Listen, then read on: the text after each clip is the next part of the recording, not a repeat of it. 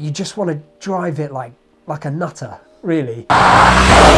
Yes! Yes, silly car. On the flat out driveway this week was the Mercedes AMG G63. A bit of a mouthful to say, also a bit of a handful to drive. Anyone who's not familiar with this thing may have seen it cruising around Chelsea. They might have seen drug dealers cruising around looking like bad men hanging out of the side of it. It is just one of those sort of cars that comes with those kind of connotations. You do have to want to stand out from the crowd if you go and buy something like a G-Wagon, which is kind of why I love them. But a quick history lesson: if you rewind back to the 1970s, the story goes that the Shah of Iran approached Mercedes and said, I want a military vehicle that I can use every single day.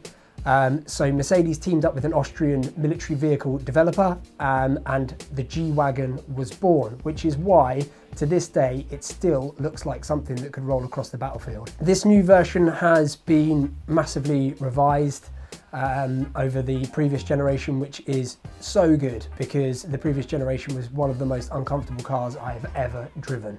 We did a really long road trip in a G-Wagon last year. We took a bright yellow AMG G63 down from south of the UK, basically down to southern Germany and back again within a couple of days. And it was just non-stop driving. We started that trip head over heels in love with this big yellow monster with a huge V8 underneath the bonnet. But a few hours into driving and you just realise that this thing isn't made for long distances. It really is a noisy cruising machine. The suspension in the old one was just all wrong. You know, you hit a pothole or you hit some bumps in the road and every single passenger feels it. But you know, time passes, I fell back in love with them and I was super excited to drive the new one. The task this week was to load it up with a couple of mountain bikes, do quite a long journey down to Dartmoor, and just basically see whether this like ultimate lifestyle accessory lives up to its reputation, and whether it can actually swallow a couple of mountain bikes, transport us down to Dartmoor, then perhaps venture slightly off-road so we could do, you know, have a nice fun day mountain biking, and that was the plan. Mercedes AMG G63, the ultimate lifestyle vehicle, as proven by not one but two mountain bikes, wheels off, all of our kits. We've got camera gear in there, helmets, bags, drinks, you name it. It all fits in quite nicely. This one obviously bigger than the last generation, so you get a little bit more in. And best noise in any car, that door shutting noise. Do it again. So meaty.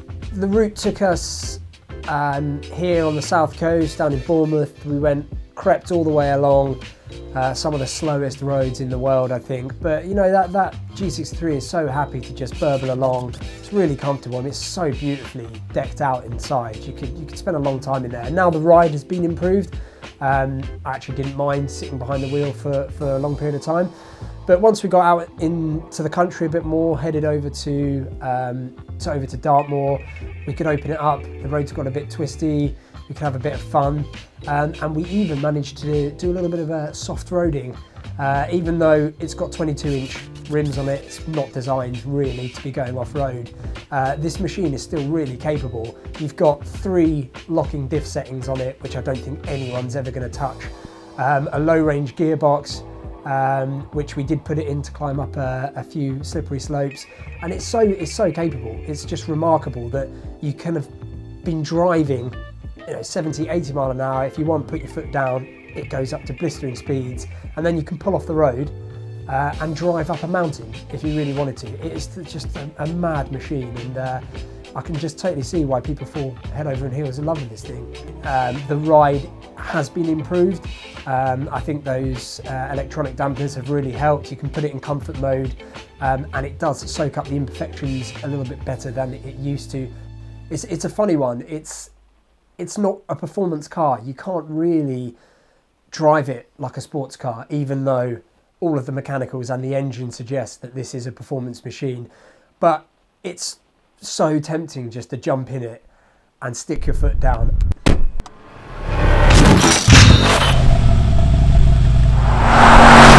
A, because the noise is phenomenal.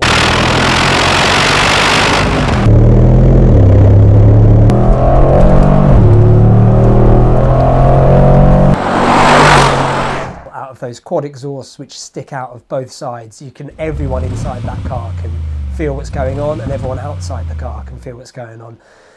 But it's just got this weird allure of, you just want to drive it like a nutter, really.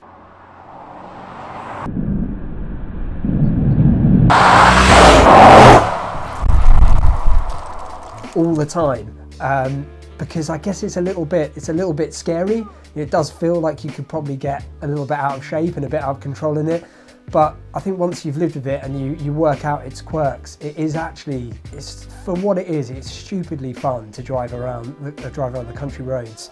Just not something I'd want to push too hard in case it bites you. And I think maybe that's what the beauty of it is in today's day and age, when everything's a bit sanitized and a lot of cars are geared up to kind of help you, this thing just feels really wobbly and weird, yet it's got a 4-litre twin turbocharged V8 in it, which is putting out some ridiculous near 600 brake horsepower. Oh my god! Yes! Yes, silly car! Mercedes has spruced the thing up loads. It's got a much better infotainment system, which is actually really impressive. You've got dual screens now, really fast, responsive, looks really crisp. The interior lighting has kind of raised the ambience up. It feels like a much more premium piece of kit. There are still some major downsides though, just the image of the thing. You can't really pull up outside anyone's house without them saying, oh, the local drug dealer's arrived or the mafia's here. It's so conspicuous. You just can't cruise around in it without people pointing or, I don't know, suggesting that you're doing something naughty, which is wrong, but I guess that's just the image that this thing has garnered over the years. Would I get the G63 or a Range Rover? I'd probably get a G63 because the image of a G63 is better than the typical image of your standard Range Rover SVR owner. I'd much rather be considered some like ex-convict gangster than I would just a guy that likes to go to Polo and wears Ralph Lauren shirts with the collars up.